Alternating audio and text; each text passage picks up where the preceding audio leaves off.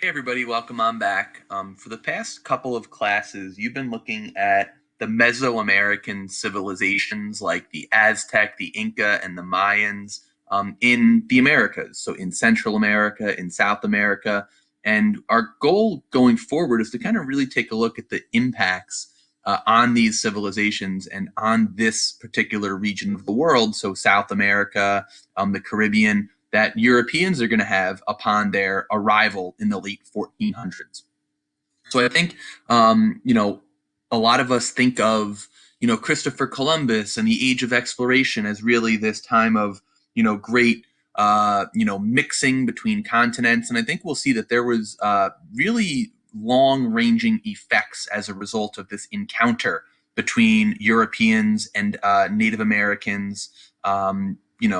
Many devastating effects for the natives, and some positive economic effects from the Europeans at the expense of the natives and at the expense of slaves that we'll see start to be brought over via the Atlantic slave trade. And we'll get into all that going forward. But really our goal for today is to kind of get introduced to why exactly Europeans were trying to explore. Why exactly were Europeans taking to the seas and trying to find new trade routes or venture beyond their traditional realm in the late 1400s? So we'll be taking a look at the ideas, the technologies that are going to make this possible. And then going forward, we'll get into the impacts, right? Both the devastating, horrible impacts and the beneficial impacts as a result of these voyages.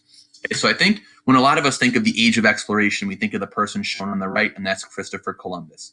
You've probably all heard about Christopher Columbus. You're familiar with him, some maybe more than others. And, his impacts are debated still to this day, and historians will argue for the positive impacts as well as the negative impacts of his voyages. And we'll get into that going forward. But for today, we're going to look at exactly what brought about these voyages. Why are they happening? And if you take a look at this map, we can really see that there are going to be a handful of countries, in particular Portugal, Spain, England, and France, that are going to really emerge as the dominant European powers during this age of exploration. And if you take a look at these countries and where they're all located with easy access to the Atlantic Ocean, which is going to be really, really significant and really important for facilitating voyages of trade along the Atlantic Ocean. So we're going to be taking a look at what motivated these countries to sail and what are the impacts of these voyages. But really, we'll also be seeing sort of the interactions between members of the Afro-Eurasian continents, so Africa, Europe, and Asia, with the Americas for the first time. Right? And what are the impacts of this exchange? First, some vocabulary that you're going to need to be familiar with for this unit. The first is conquistadors. And this is just a Spanish conqueror of the Americas. This says Americans, that's a typo. I'll go back and I'll fix that. The Spanish conquerors of the Americas. And we'll take a closer look at these going forward. Many European nations eventually were going to set up colonies, which are settlements of people living in a new territory linked to a parent country by trade and direct government control. And then we'll see that this strict control of trade is called mercantilism. And we'll take a closer look at this going forward as well. But it's really a set of principles that dominated the economic thought going forward after the Age of Exploration, which is really going to be centered around this idea of acquiring gold, acquiring minerals, acquiring silver. And that's going to have some really, really devastating impacts for native populations, which are going to be forced to work in silver mines. And we'll get into that going forward as well. And every nation, every country in the world at this time was trying to maintain a favorable balance of trade, meaning they were trying to essentially sell more than they were taking in. Okay, so they're trying to make a profit by essentially selling more than they are or selling more than they are spending. Okay, and we'll get into that as well going forward. But the exploration and expansion of this time period really started with European interest in Asia. So Europeans had been interested in Asia for a long time. If you think back to the end of the Crusades, when we have European crusaders coming back from the Middle East, they had this new taste for luxury goods that they found in the Middle East. And many of these luxury goods came from Asia as a result of the Silk Roads. So we'll see Europeans gradually become more interested in Asian goods. And this interest really peaked during the Renaissance because of the desire for exotic items, artwork, jewelry, and things of that nature. So we see Europeans with the desire for Asian goods, right? So this is going to be really, really influential in essentially creating the age of exploration indirectly. Europeans had always wanted this access to Asian markets and Asian products. And the easiest way to do that for them was to trade through the city of Constantinople, right? Travel through Constantinople into the Middle East, gain access to the Silk Roads.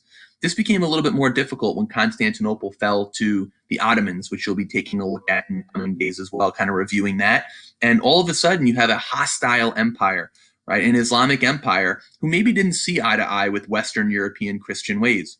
So Europeans tried to find a more direct route to access these Asian goods. So they're going to take to the seas. And we'll start to see exploration along the coast of Africa into the Indian Ocean, and eventually westward, trying to find a more direct sea route to Asia. And that'll bring us into Christopher Columbus and his voyages.